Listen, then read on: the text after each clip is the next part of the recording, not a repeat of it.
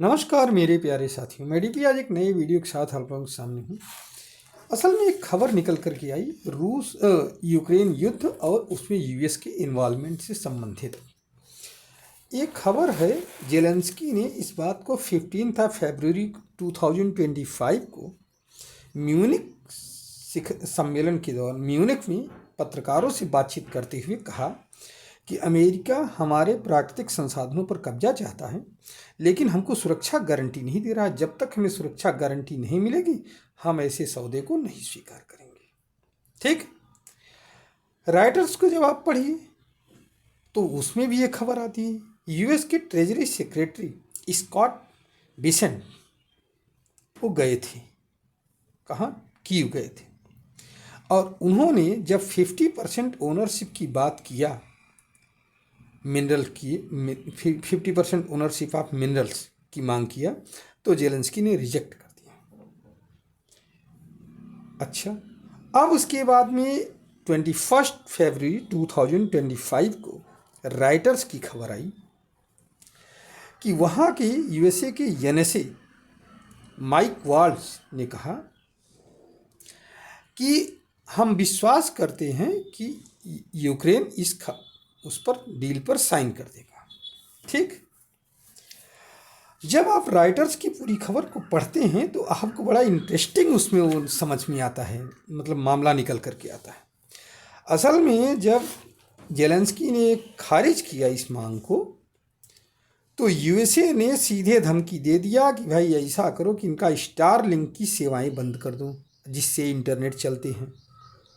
Starlink की सेवाओं से ही इंटरनेट चलते हैं, इनके ने पूरे वर्ल्ड के चलते हैं, ये आप जानिए।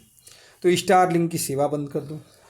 अब अगर स्टारलिंक की जो सैटेलाइट सेवा बंद कर दी जाएगी तो यूक्रेन युद्ध ही नहीं लड़ पाएगा, क्योंकि आर्टिलरी फायर नहीं हो पाएगा, प्लेन नहीं उड़ पाएगा, ड्रोन नहीं उड़ पाएगा, मोबाइल से कन्वर्सेशन नहीं हो पाएगा, ख़त्म सब। समझ रहे हैं? अब फिर जो है जेलेंस्की की हालत ख़राब। अब क्या करें जेलेंस्की? यूरोप तो इसे कह रहा है कि ये तो फिरौती है एक तरह से। भाई ये तो एक तरह से फिरौती है। कई लोगों की कई रिएक्शंस हैं उसमें, आप देखोगे बहुत सारे रिएक्शंस भी हैं। अब उन सब चीज़ों को हम कैसे वो करें? कुछ लोगों का कहना है, जर्मनी का एक कहना है कि ठीक है, हम उनकी क्या नाम है, उनकी सेवाओं को लेना बंद कर देंगे, जो ई व्हीकल्स आते हैं उनको लेना बंद कर देंगे। आदि याद बातें कर रहे हैं, लेकिन हिम्मत किसी की नहीं है कुछ भी करने की, यूएस के सामने चलने वाली नहीं। सवाल यहाँ पर कई पैदा हो रहे हैं कि ये जो फिरौती वाली बात यूरोप कह रहा है, और यूरोप का अपना नेटवर्क है। आपको मालूम होना चाहिए, जब युद्ध नहीं शुरू हुआ था तो रसिया का अपना सैटेलाइट सिस्टम है जिससे ये कम्युनिकेशन करता था। कौन? यूक्रेन। लेकिन युद्ध शुरू होने के बाद में रसिया ने उस कम्युनिकेशन सिस्टम को ख़त्म कर दिया। अब ये डिपेंड हो गया स्टारलिंक की सेवा पर, जिसके लिए पेमेंट भी देता है और सेवाएं लेता है। लेकिन अब स्टारलिंक धमकी दे रहा है, तो इस तरह से तो कोई भी किसी को धमकी दे सकता है और हालत ख़राब हो सकती है उसकी, उस देश की। अगर ये सेवाएं समाप्त कर दी जाएँ तो उस देश की हालत ख़राब हो जाएगी। भारत भी इसमें से एक है, ध्यान रखिएगा। ये जो उदाहरण आ रहा है, अब ये जेलेंस्की साइन करें या ना करें वो बात अलग है, लेकिन हमारे लिए सोचने का विषय है कि क्या हमारे पास ऐसा कोई सिस्टम मौजूद है जिससे हम अपना काम चला सकते हैं थोड़े समय के लिए भी? तो जवाब आता है नहीं, क्योंकि हमें भी 24 घंटे सेवाएं चाहिए। एयरटेल है, जियो हैं, ये सब है ना, आप देख रहे हो। लेकिन इनके सबके कोलैबोरेशंस हैं। एयरटेल का वनवेब के साथ कोलैबोरेशन है, जियो का एसईएस के साथ कोलैबोरेशन है, रूस की संस्था, यूरोप की संस्था है। वनवेब जो है वो अमेरिका की संस्था है। तो ये सब किसी न किसी तरीके से सेवाएं लेते हैं इन्हीं की, स्टारलिंक वगैरह की। जैसे स्टारलिंक के पास 30,000 के आसपास की सैटेलाइट्स हैं, या वो करने वाला है, इतना कर देगा।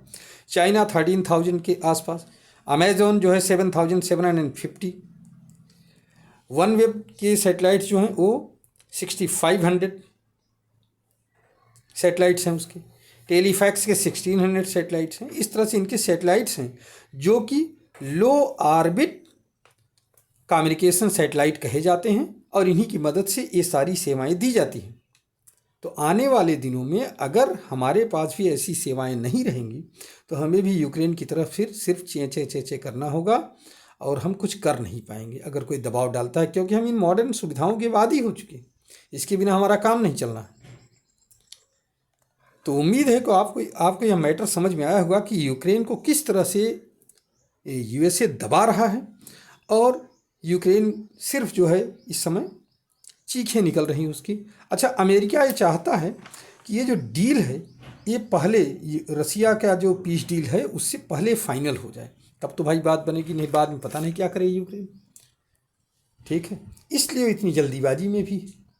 चलिए देखिए क्या होता है, कितने पीस डील होते हैं, कितने संसाधनों पर कब्जा जाता है, कितने फार्मलैंड्स पर उनके कब्जे जाते हैं। यूरोप कितना कब्जा कर पाता है यूक्रेन को तो पिसना है सिर्फ इसमें।